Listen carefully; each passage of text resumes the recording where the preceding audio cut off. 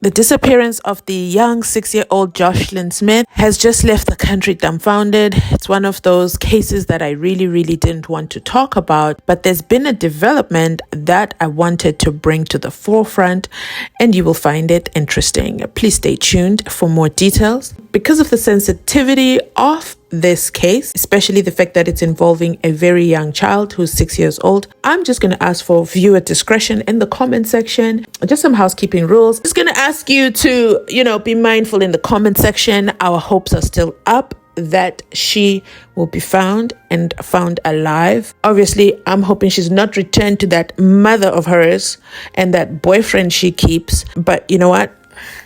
I digress. Let me focus on the purpose of this video. So remember one of the 4 accused who had been arrested for her disappearance? One of them was a traditional healer, PUMZA SIGAQA, who was released, who is no longer part of the accused. So she's been let go, and she gave an interview, and this is what she had to say, which drew my attention. Okay, so I'm going to play the clip and then I'll be back with the translation in case you don't understand.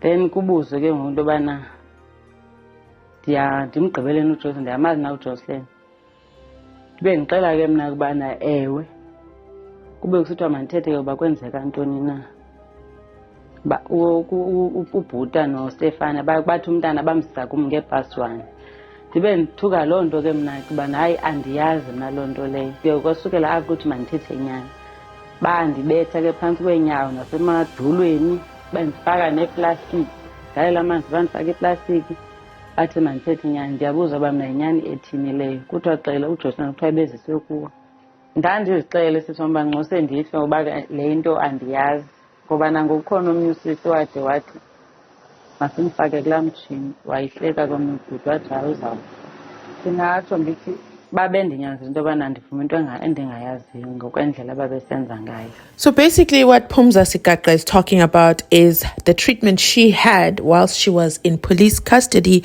when they were questioning her in the boardroom with regards to where is Joshlin Smith. They kept asking her about it to tell the truth, and she kept telling them, I don't know what you're talking about. And then they told her, well, the 2 guys have confessed and they said they left her with you around 1 p.m. She said she was quite shocked about that, but she was willing. She continued denying knowing anything about it. And then and during that process, they were torturing her. Does this sound familiar? She describes the torture that she experienced. Remember, she's no longer in police custody. She has been let go. I guess they couldn't tie her to the case. Evidence against her or lack of evidence against her was not strong enough to keep her behind bars. Her charges have been dismissed. So this is what she said. She said that they beat her under her feet, on her knees. They poured water on her. And they also did that tubing thing. And that word we know from where? From the Senzo Meyiwa trial. Does this or does this not sound familiar? Comment down below and let me know. Why does it seem so consistent with let's torture to get a confession? Why? And I'm not saying that she might be involved. I'm saying what if she was involved, but now they've tortured her and now she's been let go. She's also been relocated because of fear of her safety.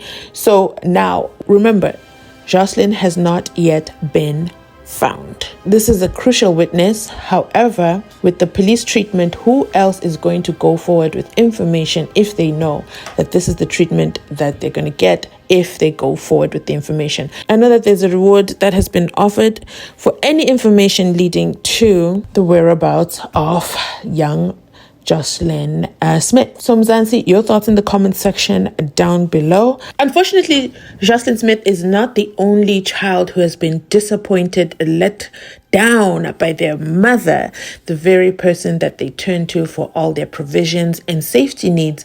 In America, a toddler died after her mom left her alone in a playpen while she took a 10-day vacation to Puerto Rico.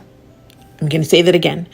A toddler died after her mother left her alone in a playpen while she took a 10-day vacation out of the country to Puerto Rico and left the baby alone in a playpen and the baby was left to fend for herself, feed herself, and, she died the most painfulest death. I'm going to add a clip here where you hear what the judge said, and it made me think back as well to Joshlin Smith, and I'm really, really hoping that she will be discovered and that she will be returned to family members that actually do care about her. It absolutely breaks my heart to hear that mothers can do this to their very own children, especially daughters at that. The judge in America, this is what the judge had to say to the mother of the toddler who died in the playpen. You have committed the ultimate betrayal by leaving an infant child alone. Just as you didn't let Jaylin out of her confinement, so too you should spend the rest of your life in a cell without freedom. The only difference is you'll be able to drink liquids. Leaving your baby terrified, alone, unprotected, to suffer what I heard was the most gruesome death imaginable.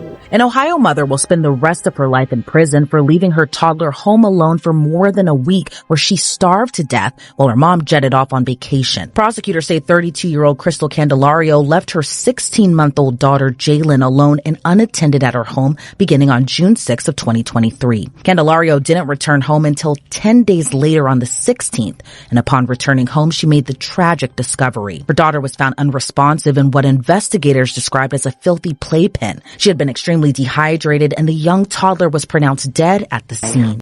Another police breakthrough. 32-year-old Laurentia Rents Lombard was arrested and appeared in the Vredenburg Magistrates Court on Monday.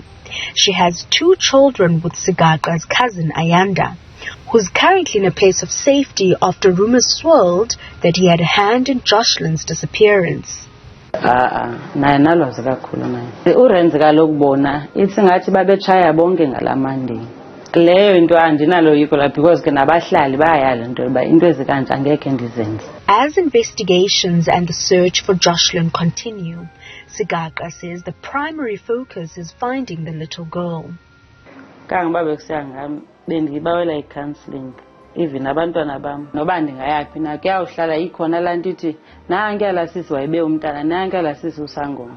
Ngumthandazo wam sisiloba ingase uJoshlin angavela nakumntu uzotsho ukuthi ixilile, although ndiyazi into yobana andinanto yokwenza naye, but novela kwakhe kungancedisana kakhulu nam negama lam. After charges against SIGAQA were dropped, her lawyer advised her to seek refuge outside the coastal town for her safety. She has since moved more than 140 kilometers away from what was once her home since 2017. Absolutely devastating society we are living in. Children are disappearing or dying because of their mothers. Mzansi, that's it from us today. Please comment down below. Remember to like, comment, and subscribe.